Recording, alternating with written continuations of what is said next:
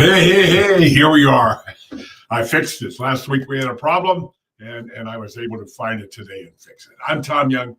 We're here to change your financial future, to teach you the secrets to success, to financial success, to personal success, to business success.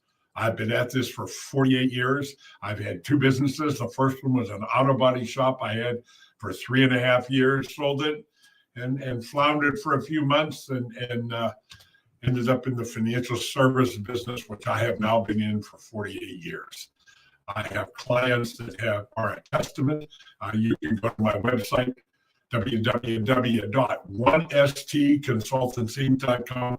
There is a whole host of testimonials there and information and education. I have a very, very unique approach to the financial world that I believe works better than any other approach to the financial world to provide you more security.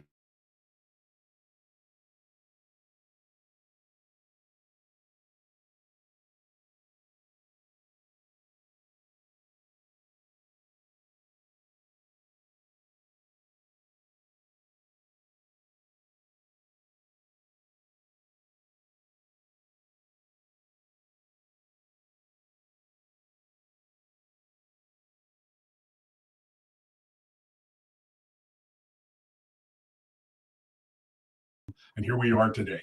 And all of a sudden, we're having camera problems. So there we are. We're back again. All right. So we're going to have camera problems today, maybe.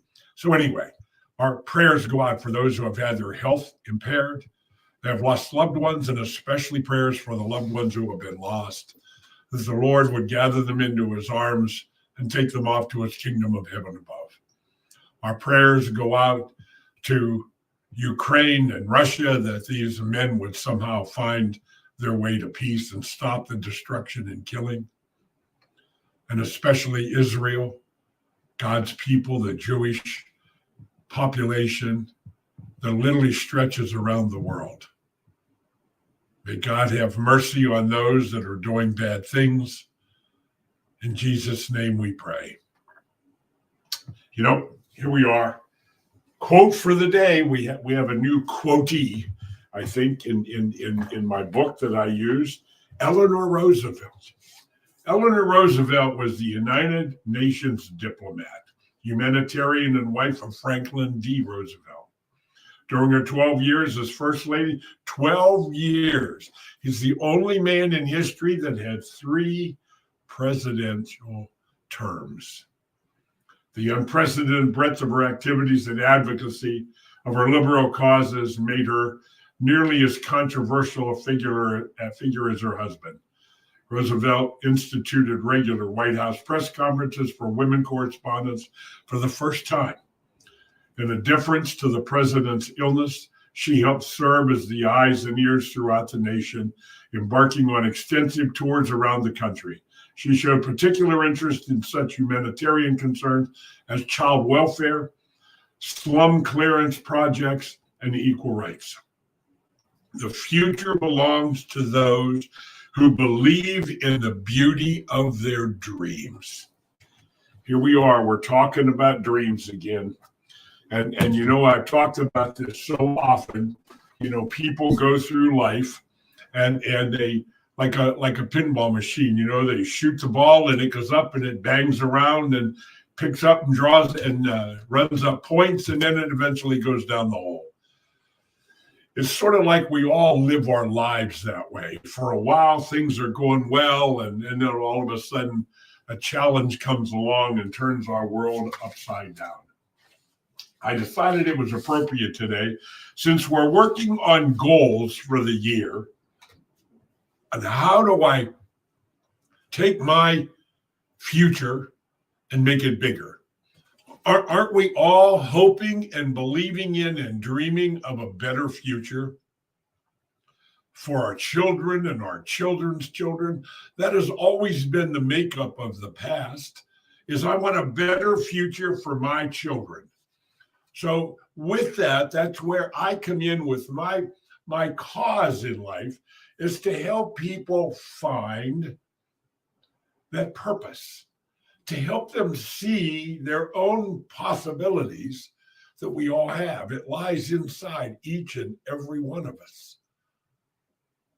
If I think back 48 years ago when I started door to door selling life insurance policies for Prudential Life Insurance Company, and I did that my first year. I led the office. There were 60 agents in the office. I became the number one agent.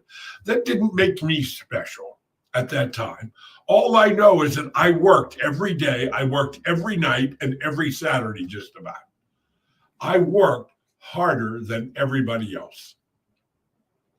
At the end of that year, they made me a sales manager. So now I had 7 people on a staff, 7 gentlemen on my staff, and it was my job to grow their production to the best it could be. So again, my work ethic was I would work every night. I would be out on Monday night. I would be with Bob. On Tuesday night with John. Wednesday, I'd be with Joe, and so on and so forth. And Saturday, I would be with whoever wanted to work on Saturday because they wanted more. And I took a staff that ranked 88 out of 95 staffs. And at the end of the year, we were 12th in the region. I qualified for the conference and whatever. But what I came to realize, I made a lot of money for the other folks that worked on my staff. And the thing that angered me the most, I guess you could say anger, was I worked every night of the week with one of them, but not one of them worked another night of the week by themselves. So I made them a lot of money, and they were lazy. This thing right here, they were lazy. And so at the end of that year, I resigned the position, went back to being an agent, and I went to work. I worked every day, every night, every Saturday. And at the end of the year, I led the office, 60-man office. In fact, I was 84 in the company. Out of 25,000 agents, I ranked 84 in the company. Now, that isn't anything but a testimonial to the work that it took to do that.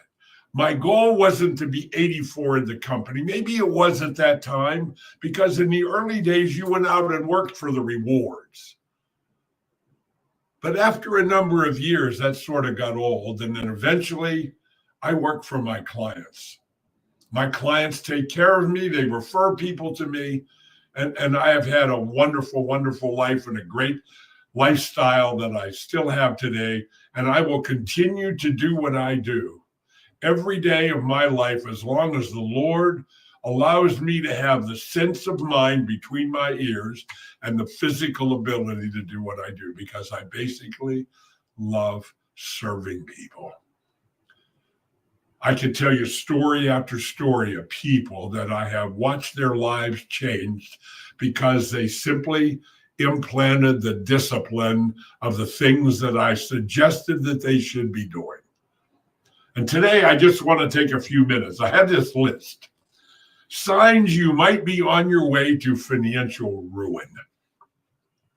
So these are a list of things we're going to talk about today that you shouldn't be doing. And if you fit these circumstances, you need to make changes as quickly as possible to whatever you are doing. Okay? So we're going to go through this list. You cannot tell me how much you owe without looking it up. There's a question. In other words, I meet with people all the time, and they come in. The first time they come, they bring with them a questionnaire. This questionnaire asks them all of their personal, their financial information. And then when we get together, I ask them a lot of how, what, who, where, when, and my questions. Why do you do that? Who told you to do that? Who told you to do it this way? And what do you think you should be doing differently? And on and on and on. So I go through all this questioning of what they're doing.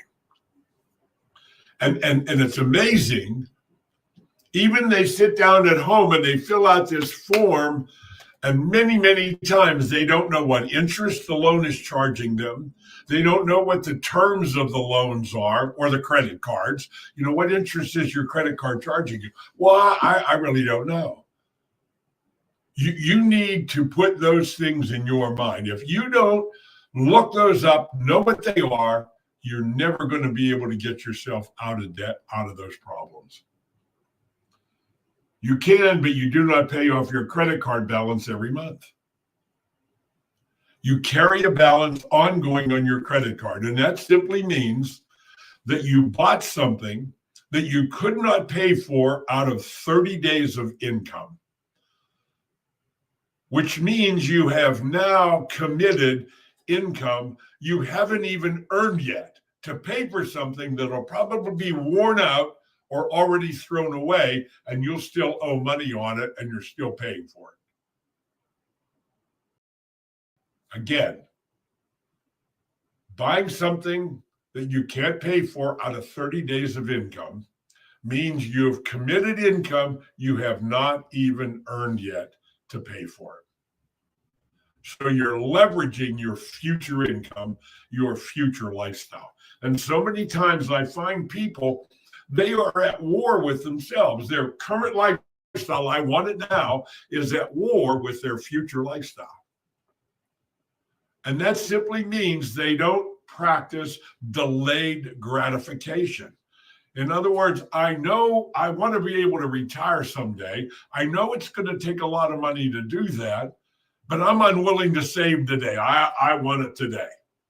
Oh, I saved 10%. Well, there's a fallacy because the financial world for decades has always said, you just only got to save 10% of your annual income. That is a lie. It has been a lie, is a lie, always will be a lie, because 10% of your gross income in savings will not give you enough money in the future to maintain your lifestyle. And sometimes somebody, oh, gee, you can make 8, 10, or 12%. I've never met anybody that consistently, over a long period of time, decades, made 8 or better, or 7 or better, or 6 or better compound annual rate of return without losses. Because that's the way the market is. You need a higher credit limit for purchases other than business expenses. Ooh, that's a good one. You need a higher credit limit for purchases other than business expenses. Now, business expenses is business. I have a personal life and I have a business. My personal life, I have a mortgage there on my house. I have a 30-year fixed rate mortgage at 3.25% interest, that it would be foolish for me to take my assets, my money, and pay that off to make the bank well. We would not have any benefit for me in giving the bank all of that money. It isn't going to change the value of my home, nor is it going to put any leverage or anything in my pocket. And inflation is killing the bank, because that 30-year mortgage, I don't know, I'm in about the 15th year. And the government says we have averaged around 3% since the beginning, last 30 plus years. So that means that last payment, that 360th month payment, that final payment on my mortgage, that dollar that I pay the bank will only be worth 30 cents on the dollar to the bank. Now, the other good side of that is it will be easy for me to pay, because I will have made more and more money along the way. I have to make more money simply because inflation works that way. Even if I'm not getting ahead because of inflation, I'm making more money. So as a percentage of my income going to that mortgage payment, a smaller and smaller percentage of my income is going to pay that mortgage payment, simply based on the value of money. And I still get a tax benefit on the interest that I'm paying the bank for that money. That's that old discussion that a 15-year mortgage is better than the 30-year mortgage. That too. That is a correct statement when they say, oh, you'll pay less interest. That's true. But a mortgage is macroeconomic. It isn't microeconomic. So just because you pay less interest doesn't take away the tax benefits or the time value of money, that inflation cost, the devaluing of the money in future payments. You end up with more money. Even if you save the difference between a 15-year payment and a 30-year payment, in 15 years, you would most likely have enough money to pay the 30-year mortgage off, but you would have had use and access to that capital for the first 15 years. The secret of all secrets is having access to capital that doesn't carry a penalty or the government permission, etc. with it. Having access to capital. Number 4, and I've got 35 of these on my list. We're only going to do a few today. You have more than one credit card for personal and one for business. How many credit cards do you have in your pocket? For personal or for business? If you have more than one, there's a chance you're in trouble and you're headed for financial ruin. Now, I'm going to stop there and we're going to come back and we're going to continue this journey and talking about, because I want to make sure that if I have the power to give you enough information in 2024 to help you prevent financial ruin in your life. Get my book, The Family Money Farm, The CFO Project. There it is going across the screen. You can get it by going to cfo-project.com. Put in your name and email address. You'll get an email with a link in it. Cover to cover, free download of that book, plus a bonus book, Financial Mastery Coaching, The Blueprint. God bless you all. We'll see you here in a couple of days. It's January. The days are getting a minute or two longer every day. So 60 days from now, pretty close, we'll be at springtime and the winter will be gone again. We're going to hit 55 or 60 degrees this week. So God bless you all. Have a great, wonderful day. I'll see you here again in a couple of days.